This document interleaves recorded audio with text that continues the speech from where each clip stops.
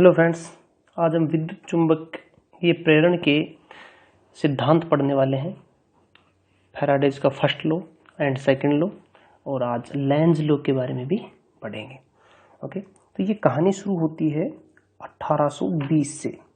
1820 ईस्वी में हुआ क्या था कि एक साइंटिस्ट हुए थे ओरस्टेड नाम के, लास्ट लेक्चर में डिस्कस भी किया था अपन ने। उन्होंने ओरस्टेड ने बताया कि यदि कोई करंट कैरिंग कंडक्टर है, ये कोई कंडक्टर है और इसमें करंट आई फ्लो कर रही है, तो इस करंट कैरिंग कंडक्टर की वजह से इसके चारों तरफ एक मैग्नेटिक फील्ड जनरेट हो जाता है। Direction right hand thumb rule से निकाल सकते हैं। करंट की डायरेक्शन में अंगूठे को कर दो तो जो उंगलियों की डायरेक्शन होगी नीचे की तरफ जा रही है ना, तो ये अपने को फ्लक्स की डायरेक्शन बताएंगी। इस तरीके से ये डायरेक्शन होगी फ्लक्स की। तो इस करंट की वजह से फ्लक्स जनरेट हुई। ये बताया हमें किसने? ओरस्टेड ने। और कब बताया? ये 1820 के आसपास की बात, 1820। ओके, यहीं से कहानी स्टार्ट होती है। दो साइंटिस्ट थे, एक तो फैराडे साहब थे, माइकल फैराडे, और एक हेनरी थे। दोनों ही लग गए इसके पीछे कि यदि करंट की वजह से फ्लक्स है तो ऐसा क्यों नहीं हो सकता कि फ्लक्स की वजह से करंट मिल जाए, मतलब रिवर्सिबल प्रोसेस क्यों नहीं हो सकता। और कहते तो ये हैं कि फैराडे साहब ने तो 10 साल तक चुंबक को अपनी पॉकेट में रख के घूमते रहे, और एक एक्सपेरिमेंट करने के दौरान उनको कुछ रिजल्ट्स प्राप्त हुए, जो बाद में फैराडे के लॉ के नाम से अपन पढ़ते हैं। हुआ क्या था कि एक कोइल थी, जैसे ये कोई बेस है किसी भी पेपर का या प्लास्टिक का, इसके ऊपर एक कोइल लपेटी हुई थी। ऐसे ये कोइल लपेटी हुई है, और इस कोइल के साथ में गैल्वेनोमीटर को ऐड किया था। गैल्वेनोमीटर क्या होता है कि यदि इसमें कोई करंट फ्लो होगी तो उसमें डिफ्लेक्शन होगा। उसकी सुई है जो डिफ्लेक्ट करेगी, मूव करेगी, है ना। तो अभी इसकी सुई है जो इस तरीके से सीधी, एकदम सीधी है। उन्होंने क्या किया कि वो एक चुंबक को, ये एक चुंबक है जिसका एन पोल इधर है और एस पोल इधर है, इस तरीके से उस चुंबक को इस कोइल के पास लेके गए। तो जैसे ये चुंबक को लेके जा रहे थे तो इस गैल्वेनोमीटर में डिफ्लेक्शन आया और गैल्वेनोमीटर की सुई इस तरफ हो गई, मान लो, ठीक है। ये डिफ्लेक्शन आया अर्थात इसमें कोई करंट फ्लो हुआ। ओके, फिर उन्होंने चुंबक को रोक दिया, थोड़ी पास में ले गए और रोक दिया। रोका तो उन्होंने देखा कि कोई डिफ्लेक्शन नहीं है, डिफ्लेक्शन 0 हो गया। ओके, फिर उन्होंने क्या किया कि चुंबक को वापस लिया, वापस खींचे तो दोबारा से करंट फ्लो होने लगी, दोबारा से इसमें डिफ्लेक्शन आया। लेकिन अब डिफ्लेक्शन अपोजिट डायरेक्शन में था। इधर लेके आए तब यदि इस साइड में डिफ्लेक्शन आया था, और जब अपन इधर लेके गए तो डिफ्लेक्शन की डायरेक्शन ये हो गई, इस साइड में सुई निडल घूम गई, अर्थात करंट की डायरेक्शन अपोजिट हो गई। पहले मान लो करंट इस डायरेक्शन में आ रही, तब करंट अपोजिट डायरेक्शन में हो गई। और उन्होंने देखा कि जैसे ही चुंबक रुकती है डिफ्लेक्शन 0 हो जाता है। तो 3 रिजल्ट निकले।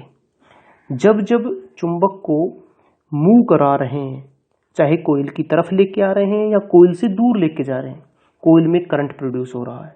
लेकिन यदि पास लेके आ रहे हैं तो जिस डायरेक्शन में करंट प्रोड्यूस हो रही है, दूर लेके जाते समय अपोजिट डायरेक्शन में करंट प्रोड्यूस होती है इस कोइल के अंदर। जैसे चुंबक को स्टेशनरी कर देते हैं, अर्थात फिक्स कर देते हैं, एक जगह पर रोक देते हैं, तो कोइल के अंदर करंट 0 हो जा रही। इन्हीं अपने रिजल्ट्स को कंक्लूड करते हुए उन्होंने विद्युत चुंबकीय प्रेरण के सिद्धांत बताए अपने, जिनको Faraday's first law and Faraday's second law के नाम से जाना जाता है। ओके, अब यहाँ हो क्या रहा है? हो ये रहा है कि जैसे जैसे अपन इस चुंबक को कोइल के पास लेके आ रहे हैं, तो कोइल के पास जब चुंबक आएगी तो कोइल से इस तरीके से, चुंबक से इस तरीके से ना मैग्नेटिक फ्लक्स निकल रही है, इस तरीके से, और ये यूं वापस घूम के एस पोल पे आ जाएंगे ना, क्लोज लूप में होती है, इस तरीके से ऐसे आ जाएंगे। ओके, तो जैसे जैसे अपन पास लेके जाएंगे तो फ्लक्स की संख्या जो इससे लिंक हो रही है वो बढ़ती चली जाएगी।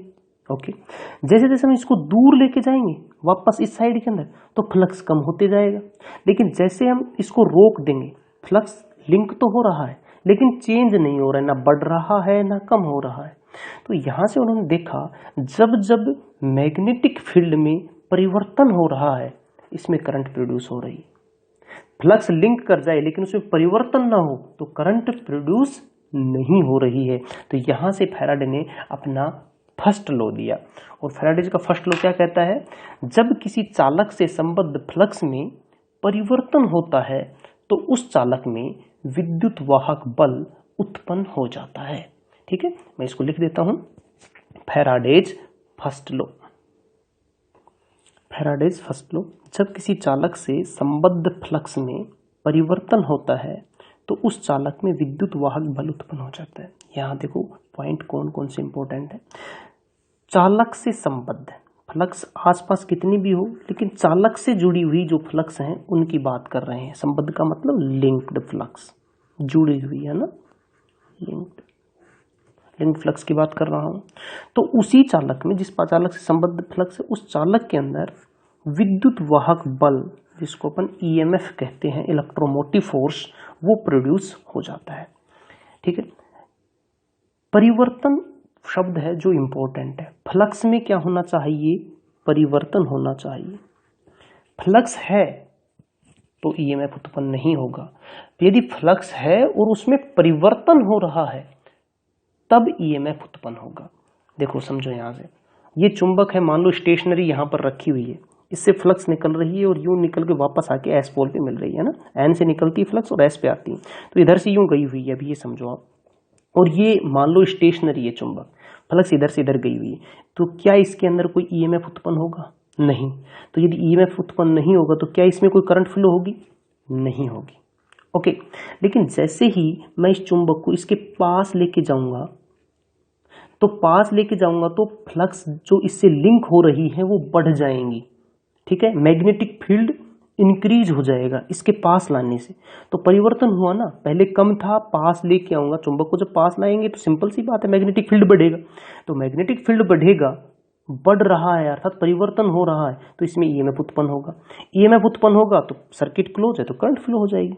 ओके, लेकिन यदि मैं इसके पास लाके इसको रोक देता हूं, रोक दूंगा तो फ्लक्स लिंक तो है लेकिन ना बढ़ेगी उस टाइम पर, ना घट रही होगी, अर्थात परिवर्तन नहीं हो रहा होगा, तो इसमें कोई ईएमएफ उत्पन्न नहीं होगा, करंट फ्लो नहीं होगी। अब मैं वापस इसको दूर ले जाऊं, इधर लेके आऊंगा, तो फ्लक्स कम होगी। तो कुछ भी हो रहा है लेकिन परिवर्तन तो हो रहा है ना, चाहे बढ़ रही हो या घट रही हो। तो जब मैं इसको इधर लेके आ रहा हूँगा उस टाइम पर फ्लक्स कम हो रही होगी, जिसके कारण इसके अंदर ईएमएफ अगेन उत्पन्न हो जाएगा और उसकी वजह से भी करंट फ्लो करेगी।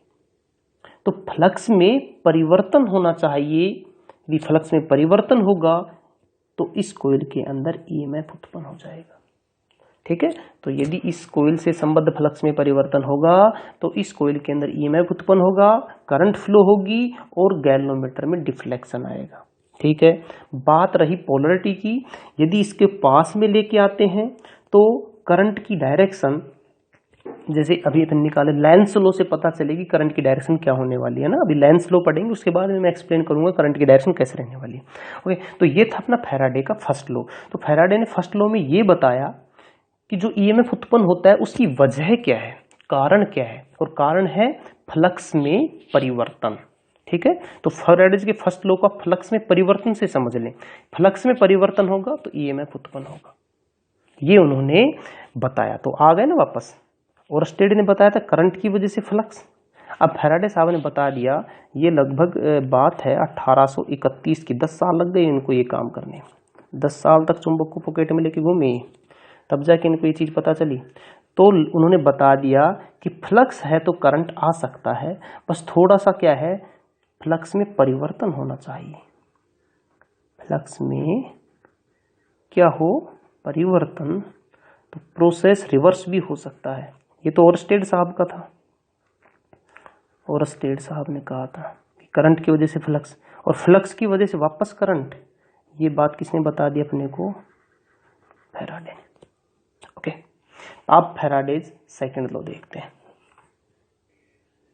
फैराडेज फर्स्ट लॉ में हमने पता किया कि ईएमएफ उत्पन्न क्यों होता है, उसकी वजह थी संबद्ध फ्लक्स में परिवर्तन। ओके, फ्लक्स में परिवर्तन। सेकंड लॉ में फैराडे ने बताया कि कितना ईएमएफ उत्पन्न होगा, उसकी अमाउंट कितनी होगी। ठीक है, तो उन्होंने कहा उसमें उत्पन्न ईएमएफ चुंबकीय फ्लक्स में परिवर्तन की दर के समानुपाती होता है, अर्थात दर के बराबर होता है ना। तो यह समानुपाती की बजाय देखें, दर में समान परिवर्तन की दर के बराबर होता है, इक्वली होता है, दर के बराबर होता है, अर्थात E इजकल्स टू, ईएमएफ को मैं ई से लिख देता हूँ, E equals to D phi by D t. D phi by D t का मतलब है फ्लक्स में परिवर्तन की दर, किसके साथ, समय के साथ। तो E equals to D phi by D t. इसके बाद एक साइंटिस्ट आए लेंज, उन्होंने बताया कि जो ईएमएफ उत्पन्न होगा वो उसी कारण का अपोज करेगा जिसकी वजह से ये उत्पन्न हुआ है। तो इसके लिए अपन इसके साथ में माइनस का साइन को ऐड कर देंगे। ठीक है, तो ये लेंज लॉ के अकॉर्डिंग है, according to Lenz law, according to Lenz law. तो फर्स्ट लॉ में हमने पता किया कि ईएमएफ उत्पन्न क्यों होता है, फ्लक्स में परिवर्तन के कारण। सेकंड लॉ से हमने पता किया कि कितना होता है, फ्लक्स में परिवर्तन की दर के बराबर। ओके, अब पढ़ते हैं लेंज का नियम कि लेंज साहब ने क्या कहा था। तो फिर उससे पता करेंगे कि जो ईएमएफ मैंने यहाँ बताया था ना कि डिफ्लेक्शन इधर आएगा कि इधर आएगा, करंट की डायरेक्शन नीचे की तरफ होगी ऊपर की तरफ होगी, वो बात लेंज के नियम से समझ में आने वाली। तो अपन पढ़ेंगे लेंज का नियम। लेंज साहब ने बताया था कि कोई भी चीज उसी चीज का अपोज करती है जिसकी वजह से वो उत्पन्न हुई। और ये तो एक नेचर का भी लॉ है। एक बीज है, जमीन में डाल दो, वो बड़ा होगा और एक बहुत बड़ा पेड़ बन जाएगा। एक फर्टाइल लैंड में वो उगा और बहुत बड़ा हो गया, लेकिन वो जमीन को अनउपजाऊ बना देता है, उसके नीचे कोई पेड़ नहीं उग सकता, अर्थात उसने उसी चीज का विरोध कर दिया जिसकी वजह से वो उत्पन्न हुआ था। हर जगह ये लॉ एप्लीकेबल है। उसी चीज को लेंज साहब ने इलेक्ट्रिकल में डाल दिया। इलेक्ट्रिकल में डाल के उन्होंने यही बात कही कि कोई भी चीज उसी कारण का अपोज करेगी जिसकी वजह से वो उत्पन्न हुई है। अर्थात करंट जो अभी अपन ने कहा ना, कोइल में करंट प्रोड्यूस होगी, तो वो जो करंट प्रोड्यूस होगी वो उसी कोज का अपोज करेगी जिसकी वजह से वो उत्पन्न हुई। उत्पन्न क्यों हुई? चुंबक को जब हम पास में लेके आए उसकी वजह से वो उत्पन्न हुई। तो वो करंट इस तरीके से फ्लो होगी कि करंट जो चुंबक है उसके पास आने का विरोध करे, अर्थात फ्लक्स के बढ़ने, पास आएगी तो फ्लक्स बढ़ेगी, फ्लक्स के बढ़ने का विरोध करे। यही था लेंज का लॉ। ठीक है, तो पहले लेंज लॉ को पढ़ लेते हैं। लेंज लॉ ने क्या कहा था? तो लेंज के अकॉर्डिंग विद्युत चुंबकीय प्रेरण के कारण किसी चालक में उत्पन्न धारा की दिशा सदैव इस प्रकार होती है कि वह उसी कारण का विरोध करे जिससे उसकी उत्पत्ति हुई है। मैं इसको लिख देता हूं ना, देखिए ईएमआई अर्थात इलेक्ट्रोमैग्नेटिक इंडक्शन, विद्युत चुंबकीय प्रेरण। ठीक है, एक ही बात हिंदी इंग्लिश में। के कारण किसी चालक या परिपथ में उत्पन्न धारा की दिशा सदैव इस प्रकार होती है कि वह उसी कारण का, ये है लो, तो उसी कारण का विरोध करे जिससे उसकी उत्पत्ति हुई। जिस चीज से उत्पत्ति हो उसी चीज का अपोज करती है, ये कहा है लेंज साहब ने। ओके, तो अपन ने जो सबसे पहले एग्जांपल लिया था उसी एग्जांपल को अपन इसमें लेते हैं और उसमें देखते हैं कि करंट की डायरेक्शन क्या होने वाली है। तो ये देखें, ये अपना एग्जांपल था। तो फर्स्ट केस लेते हैं, जब अपन चुंबक को कोइल की साइड में लेके जा रहे हैं। इसको मिटा दें। ठीक है, अब मैं चुंबक को कोइल की साइड में लेके जा रहा हूं, इधर। ठीक है, पेन अलग अलग ले लेंगे। जब इधर लेके जा रहे हैं तो इस पेन से करेंगे अपोजिट डायरेक्शन में। जब मैं इधर लेके जाऊंगा तो इसके अंदर करंट कुछ इस तरीके से फ्लो करेगी कि इसके इधर आने का अपोज हो, इधर आने का अपोज हो, अर्थात जो फ्लक्स बढ़ेगी उस फ्लक्स के बढ़ने का विरोध हो। यही तो कहा था, विरोध करना है अपने को। तो बस जो काम हो रहा है उसका विरोध कर दो। चुंबक इधर आ रही है, मत आने दो, बस यही तो काम है। तो चुंबक को अपन इधर ना आने दें, उसके लिए इस कोइल के अंदर अपने को पता ही जब करंट फ्लो होगी तो इसके अंदर मैग्नेटिक फील्ड बनेगा, और वो मैग्नेटिक फील्ड इस तरीके से बने कि इस साइड में कौन सा पोल हो, इसका पोल कौन सा है, एन, और हम चाहते हैं कि इसके पास में ना आए, तो यहाँ कौन सा पोल बना दे, एन पोल बना दे, तो इधर अपने आप ऑटोमेटिकली एस पोल बन जाएगा। ठीक है, तो यहाँ हम एन पोल बनाए। एन पोल का मतलब ये हुआ कि इसकी वजह से जो फ्लक्स हो उस फ्लक्स की डायरेक्शन ऐसे हो, बाहर की तरफ। एन पोल से बाहर की तरफ निकलते हैं फ्लक्स, किसकी वजह से, इस कोइल के अंदर जो मैग्नेटिक फील्ड जनरेट होगा, इस कोइल का जो मैग्नेटिक फील्ड है उसकी डायरेक्शन इस तरह से होनी चाहिए, तभी तो इसके फ्लक्स का अपोज होगा। ठीक है ना, अपोजिट करना है ना अपने को, इसको पास मत आने दो। तो इधर एन पोल बना दो, एन पोल को क्या करेगा, प्रतिकर्षित करेगा, यही विरोध करना हो। इसके लिए अपने को करंट की डायरेक्शन निकालनी है। ठीक है, तो आप करंट की डायरेक्शन मान लो कि आपने करंट की डायरेक्शन मान लो इस डायरेक्शन में मान ली। एक बार इसको ऐसे करके देखो, करंट ऐसे जा रहा है, तो हम right hand thumb rule use कर सकते हैं। करंट की डायरेक्शन पता हो तो अपन ने पहले मान ली करंट डायरेक्शन, अब right hand thumb rule use कर लो। तो अपन ने की कि करंट ऊपर की तरफ जा रही है, अर्थात देखो ये कोइल कैसे है, नीचे की तरफ गई फिर ऊपर की तरफ निकल के आई, कोइल यहाँ से नीचे गई है फिर यहाँ से ऊपर निकल के आई। तो उंगलियों को कोइल की डायरेक्शन में घुमा दो, तो करंट नीचे की तरफ गई फिर यूँ निकल के आई। तो देखो ये डायरेक्शन है फ्लक्स की, तो ये फ्लक्स की डायरेक्शन होगी उस साइड में। तो यदि इस तरीके से आप करंट को मानोगे तो उस केस में क्या होगा, फ्लक्स ऐसे निकल रहा होगा इधर, तो इधर एन पोल बन रहा है इस केस में, तो और इधर एस पोल, जो कि हमें नहीं चाहिए। तो हमें क्या चाहिए, इसको मिटाओ, ये तो गलत मान लिया अपन। हमें क्या चाहिए, हमें चाहिए कि इधर एन पोल बनना चाहिए और इधर एस पोल बनना चाहिए। तो उसके लिए करंट की डायरेक्शन को क्या होना पड़ेगा, करंट की डायरेक्शन को कुछ इस तरीके से होना पड़ेगा, ऐसे इधर से ऊपर। अब देखो आराम से कैसे, देखो दो तरीके हो सकते हैं। इधर से देखना चाहो तो ये देखो उंगलियां ऐसे आई, ठीक है, उंगलियां इसके नीचे से निकल के, तो अंगूठे की डायरेक्शन देखो आपकी साइड में आ रहा है, ऐसे देख सकते हैं। या फिर यहाँ से देखो, इस जगह से, इस जगह से देखो, करंट ये ऊपर की तरफ जा रहा है, देखो ये कोइल है, ये ऊपर से जा रही है फिर नीचे आई है, तो करंट भी इसके साथ साथ ऊपर जाएगा। तो उंगलियों के इसके साथ साथ घुमाओ ऊपर की डायरेक्शन, यहाँ इसके साथ साथ गए, ऐसे घुमाओ तो अंगूठे की डायरेक्शन ये निकल गई। तो हमेशा याद रखो यहाँ एन पोल बनता है और यहाँ इसके पीछे यहाँ एस पोल बनता है। क्यों, क्योंकि यहाँ से फ्लक्स निकलती है, फ्लक्स की डायरेक्शन को बताता है, तो यहाँ से फ्लक्स निकलेगी तो यहाँ एन पोल बनेगा। तो यहाँ बन गया एन पोल और यहाँ बन जाएगा एस पोल। तो देखो ये बन गया एन पोल और ये बन गया एस पोल। ओके, तो इस केस में इस तरीके से करंट फ्लो होगी, और जब इस तरीके से करंट फ्लो होगी तो डिफ्लेक्शन मान लो इस तरीके से आया, इस साइड में झुक गया सुई अपनी। ओके, अब मैंने क्या किया, सेकंड केस लेते हैं। सेकंड केस ये लिया कि अब मैं चुंबक को दूर लेके जा रहा हूं, चुंबक आपसे कोइल से दूर जा रही, आप इसका विरोध करो। तो बताओ विरोध करोगे तो क्या करोगे, हम इसको दूर नहीं जाने देंगे। विरोध तो यही हुआ ना कि अब हम इसको दूर नहीं जाने देंगे। तो दूर नहीं जाने दोगे तो उस केस में आपको क्या करना होगा कि यहां तो बने हमारा एस पोल और यहां बने हमारा एन पोल। दूर नहीं जाने का मतलब यही तो है ना, आकर्षित करना, अट्रैक्ट करना। तो एन पोल को अट्रैक्ट कौन करेगा, एस पोल। तो यहां जब एस पोल बने और यहां एन पोल बने तब जाके ऐसा काम होगा कि ये चुंबक दूर ना जाए, दूर जाने का विरोध हो जाएगा। अपन इसको दूर लेके जा रहे हैं इस डायरेक्शन में, ये वेलोसिटी है, इधर जा रहा हूं और इधर जा रहा हूं, ये वेलोसिटी। ओके, तो अब बताओ करंट की डायरेक्शन क्या होने वाली है। ठीक है, तो करंट की डायरेक्शन जस्ट इसके अपोजिट हो जाएगी, आप करके देख लो एक बार। अब करंट ऐसे इधर और यहाँ ऐसे कैसे होगी, देखो ध्यान से। यदि करंट इसके नीचे की तरफ जा रही है, देखो ये ग्रीन कलर से, इस कलर से जो मैंने शो की ना, इस कलर से, ये दोनों के केस मैंने एक सेम कलर से ले लिया। यदि इधर जा रही है तो करंट की डायरेक्शन में मैंने इसी पेन से शो कर दिया ना, तो आपको दिक्कत नहीं आएगी। तो करंट नीचे से गई, अब इसको यूं फोल्ड करो उंगलियों को, तो देखो अंगूठे की डायरेक्शन किधर आई, तो इस डायरेक्शन अंगूठे के पास क्या बनता है, एन पोल, और यहाँ क्या बनेगा, एस पोल। तो यहाँ तो बन गया एस पोल और यहाँ बन गया एन पोल।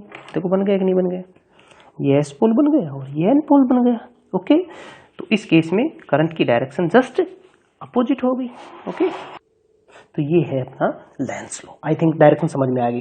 चलो एक मैं एग्जांपल और लेता हूँ, तब आपको और इजीली समझ में आ जाएगी ना। यहाँ पर अपने एक एग्जांपल और ले लेते हैं। एग्जाम्पल क्या है कि एक अपन टेबल रखते हैं ऐसे,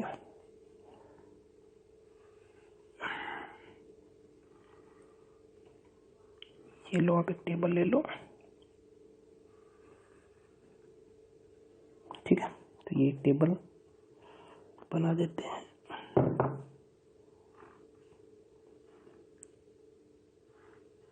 एक टेबल है, ओके। इसके ऊपर एक कोइल रखी हुई है, ठीक है। लाइट से कलर से अपनी कोइल बना लेते हैं।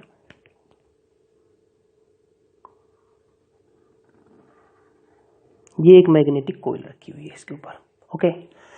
अब एक चुंबक है, ये यहां पर,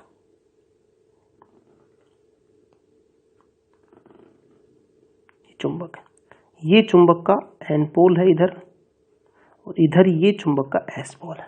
और ये चुंबक ऊपर से नीचे की तरफ गिर रही है, ऊपर से नीचे की तरफ गिर रही है, ये समझो आप। तो आपको क्या बताना है, ऊपर से नीचे की तरफ गिर रही है, तो क्या इस कोइल के अंदर ईएमएफ जनरेट होगा कि नहीं होगा, पहले तो ये बताओ। इससे जो फ्लक्स लिंक हो रही है उसमें परिवर्तन हो रहा है कि नहीं हो रहा है, हो रहा है या नहीं हो रहा है? फ्लक्स में परिवर्तन हो रहा है। कैसे हो रहा है? जब ये चुंबक ऊपर से नीचे की तरफ आ रही है तो इससे जो लिंक फ्लक्स है वो बढ़ती जाएगी, जैसे जैसे चुंबक पास में आएगी इससे लिंक फ्लक्स बढ़ती जाएगी। फ्लक्स बढ़ेगी तो फ्लक्स में परिवर्तन हो रहा है तो ईएमएफ उत्पन्न होगा, ईएमएफ उत्पन्न होगा तो इसमें करंट फ्लो होगी। करंट फ्लो किस तरीके से होगी कि वो उसी कारण का अपोज करे जिसकी वजह से उत्पन्न हो रही है। क्यों उत्पन्न हो रही है? ये चुंबक इसके पास आ रही है इसलिए उत्पन्न हो रही है, बस मोटा मोटा सोचो, ठीक है। हमें क्या करना है, चुंबक को पास नहीं आने देना है। ये ऐसा कब होगा? जब इस साइड में तो एन पोल बन जाए और नीचे की साइड में कौन सा पोल बन जाए, एस पोल बन जाए। करंट को इस तरीके से फ्लो करा दो। तो देखो मैं बताऊं, करंट आप इस तरीके से रखो, ये यूं यूं घुमाओ करंट को, तो ऐसे बनेगा। अंगूठा ऊपर की डायरेक्शन में है ना, तो यहाँ तो एन पोल बन जाएगा, और नीचे की डायरेक्शन कौन सा पोल बन जाएगा, एस पोल बन जाएगा। तो करंट की डायरेक्शन कुछ इस तरीके से होगी। यदि चुंबक ऊपर से नीचे की तरफ आ रही है तो करंट की डायरेक्शन इस तरीके से होगी। यदि करंट ऐसे फ्लो कर रही है तो आप निकाल सकते हो फ्लक्स की डायरेक्शन क्या होगी, राइट हैंड थंब रूल से ऐसे निकालो। फ्लक्स यहाँ से निकल रहा है अर्थात यहाँ एन पोल और नीचे की साइड में एस पोल। तो ये इधर यदि एन पोल बन जाता है इसकी वजह से, यहाँ एस पोल बन जाता है, तो एन पोल को क्या करेगा, प्रतिकर्षित करेगा, रिफ्लेक्ट करेगा, ठीक है, रिपेल करेगा। तो जिसकी वजह से इस चुंबक पर इसकी इधर की साइड में फोर्स लगेगा। तो यही है अपोज करना, या पोजीशन हो गया। तो करंट की डायरेक्शन हमने निकाल ली। अब आपसे उल्टा भी पूछा जा सकता है, कोई चुंबक को यहाँ से उठा के ऊपर की तरफ ले जा रहा है, तो बताओ करंट की डायरेक्शन क्या होगी। तो करंट इस तरीके से फ्लो होगी कि इसके ऊपर जाने का विरोध करे। तो ऊपर जाने का विरोध करने का मतलब ये इसको अट्रैक्ट करे, अर्थात इधर एस पोल बने और इधर एन पोल बने। उसके लिए करंट की डायरेक्शन जस्ट अपोजिट कर दो। अभी यूं घूम रही है, उस टाइम भी यूं घूमा। ओके, तो ये हो गया अपना लेंस लॉ। ओके, हम देखते हैं कि ईएमएफ कितने तरीके से प्रोड्यूस हो सकता है, अर्थात फ्लक्स में परिवर्तन कितने तरीके से हो सकता है। तो फ्लक्स में परिवर्तन दो तरीके से कर सकते हैं। ये एक चुंबक है जिसका एन पोल इधर है, दूसरे चुंबक का ये एस पोल इधर है, तो flux N pole to S pole चली जाएगी, यहाँ तक तो कोई दिक्कत नहीं। ये कंडक्टर इसके अंदर रखा हुआ है ऐसे, ठीक है। अब फ्लक्स में, इससे संबद्ध फ्लक्स में दो तरीके से परिवर्तन हो सकता है। एक तो इस कंडक्टर को हम पकड़ के और कंबाइंड कंडक्टर को ऐसे आपकी साइड में ऊपर की तरफ लाऊं, नीचे की तरफ ले जाऊं, ऐसे ऐसे यूं, तो इससे जुड़ी हुई फ्लक्स में परिवर्तन होगा। देखो अब फ्लक्स जीरो हो गई, इससे जुड़ी हुई, इसके अंदर लेके जाऊंगा तो मैक्सिमम हो जाएगी, फिर नीचे की तरफ जाएगा तब फिर जीरो हो जाएगी, फिर वापस आएगा तब मैक्सिमम, अब जीरो फिर मैक्सिमम फिर जीरो फिर मैक्सिमम। हो रहा है कि नहीं हो रहा है? तो इस केस में इसके अंदर ईएमएफ उत्पन्न हो जाएगा। तो ये तो हुआ फर्स्ट केस। ऐसा कहाँ होता है? ऐसा जनरेटर में होता है। जनरेटर के अंदर अपन क्या करते हैं, फील्ड को तो फिक्स रखते हैं, चुंबक को तो फिक्स रखते हैं, और कंडक्टर को उसके अंदर बीच में घुमाते हैं। तो जब कंडक्टर घूमेगा तो उससे संबद्ध फ्लक्स में परिवर्तन होगा और कंडक्टर के अंदर ईएमएफ उत्पन्न हो जाता है। तो ये तो केस हुआ फर्स्ट। इसको बोलते हैं डायनेमिकली इंड्यूस्ड ईएमएफ। डायनेमिकली क्यों बोला? डायनेमिक का शब्द मतलब गतिक रूप से, ठीक है, जब कंडक्टर मूव कर रहा है उस केस में। तो ये तो होता है डायनेमिकली इंड्यूस्ड ईएमएफ। अब दूसरा केस क्या हो सकता है, कंडक्टर तो स्थिर रखा रहे आराम से अपनी जगह पर, और पोल चेंज होते रहे। कैसे? ये एन है, ये एस है, थोड़ी देर में क्या हो जाए, एस की जगह तो एन बन जाए और एन की जगह पर एस हो जाए। फिर थोड़ी देर बाद में वापस यहाँ एन बन जाए, यहाँ एस बन जाए, फिर थोड़ी देर बाद वापस यहाँ एन और यहाँ एस बन जाए। यदि ऐसा काम हो जाए तो कंडक्टर आराम से अपनी जगह रखा हुआ है तो भी इससे जुड़ी हुई फ्लक्स में परिवर्तन हो रहा है। फ्लक्स एक बार इधर, एक बार इधर, फिर एक बार इधर, फिर एक बार इधर, तो चेंज हो गया कि नहीं फ्लक्स में, और फ्लक्स में परिवर्तन होते ही इसके अंदर ईएमएफ उत्पन्न हो जाएगा। ये होता है ट्रांसफॉर्मर के अंदर। ये कब पॉसिबल है? जब ये पोल हम किससे बनाएं? एसी से बनाएं, अल्टरनेटिंग करंट से बनाएं। उस केस में पॉजिटिव हाफ साइकिल में, मान लो मैंने पॉजिटिव हाफ साइकिल लिया, पॉजिटिव हाफ साइकिल, तो पॉजिटिव हाफ साइकिल में इधर एन और इधर एस है, तो जब नेगेटिव साइकिल आएगा उस केस में जस्ट उल्टा हो जाएगा, इधर एस पोल बन जाएगा और इधर एन पोल बन जाएगा। तो पोल चेंज होती, फ्लक्स की डायरेक्शन चेंज, इधर एन है इधर एस है तो फ्लक्स की डायरेक्शन इधर इस साइड में आ जाएगी। तो इस कंडक्टर को क्या फील हो रहा है? ये कंडक्टर आराम से रखा हुआ है यहाँ पर, इसको फ्लक्स में परिवर्तन होता हुआ फील हो रहा है, ठीक है ना। फ्लक्स पहले ऐसे है फिर ऐसे, और देखो यहाँ पर ये फ्लक्स करंट ऐसे रहेगी तो फ्लक्स भी ऐसे रहेगी। पहले फ्लक्स जीरो है, फिर धीरे धीरे धीरे बढ़ रही है, फिर मैक्सिमम पे गई, फिर वापस घट रही है, फिर जीरो पे गई, अब नेगेटिव डायरेक्शन में। इधर इसको पॉजिटिव डायरेक्शन मान लो, तो इसके नीचे की डायरेक्शन इस लाइन, ये लाइन है ना, ये नेगेटिव डायरेक्शन होगी। तो अब देखो नेगेटिव डायरेक्शन, तो इसको डायरेक्शन में पॉजिटिव मानो, तो यदि जब फ्लक्स इधर से इधर जाएगी तो वो नेगेटिव होगी। तो उस केस में पहले तो फ्लक्स जीरो, फिर धीरे धीरे बढ़ रही है, फिर नेगेटिव में पीक पर पहुंची, फिर जीरो, तो फ्लक्स में परिवर्तन हो रहा है ना। तो इस तरीके की फ्लक्स होगी अल्टरनेटिंग फ्लक्स, जिसको बोलते हैं एसी टाइप की, अल्टरनेटिंग टाइप की, अल्टरनेटिंग फ्लक्स। तो उस केस के अंदर जो ईएमएफ इंड्यूस होगा, तो उस केस में कंडक्टर आराम से रखा हुआ है, स्टेशनरी है, इसलिए इसको बोलते हैं स्टैटिकली इंड्यूस्ड ईएमएफ। तो इंड्यूस्ड ईएमएफ दो टाइप से हो गया, ठीक है। फर्स्ट कोड दो टाइप से हुआ, पहला कहलाएगा डायनेमिकली इंड्यूस्ड,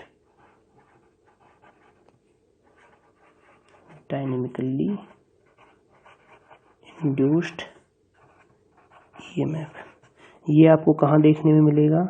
जनरेटर या अल्टरनेटर के अंदर, जनरेटर कहीं या फिर अल्टरनेटर में,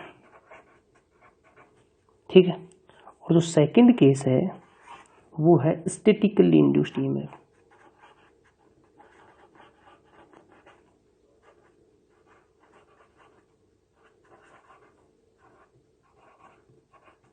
स्टैटिकली इंड्यूस्ड ईएमएफ ये कहाँ आपको देखने को मिलेगा?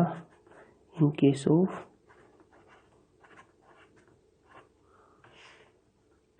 ट्रांसफॉर्मर। ओके, तो दो केस है, डायनेमिकली इंड्यूस्ड ईएमएफ ये होता है जनरेटर के अंदर और अल्टरनेटर के अंदर, और सेकंड है स्टैटिकली इंड्यूस्ड ईएमएफ जो अपने को केस देखने को मिलता है ट्रांसफॉर्मर में। अब देखते हैं डायनेमिकली इंड्यूस्ड ईएमएफ है तो कितना ईएमएफ उत्पन्न होगा, चलो वो केस देख लेते हैं। तो उस केस के लिए अपने को एक एग्जांपल लेना पड़ेगा, वो लेते हैं अपन।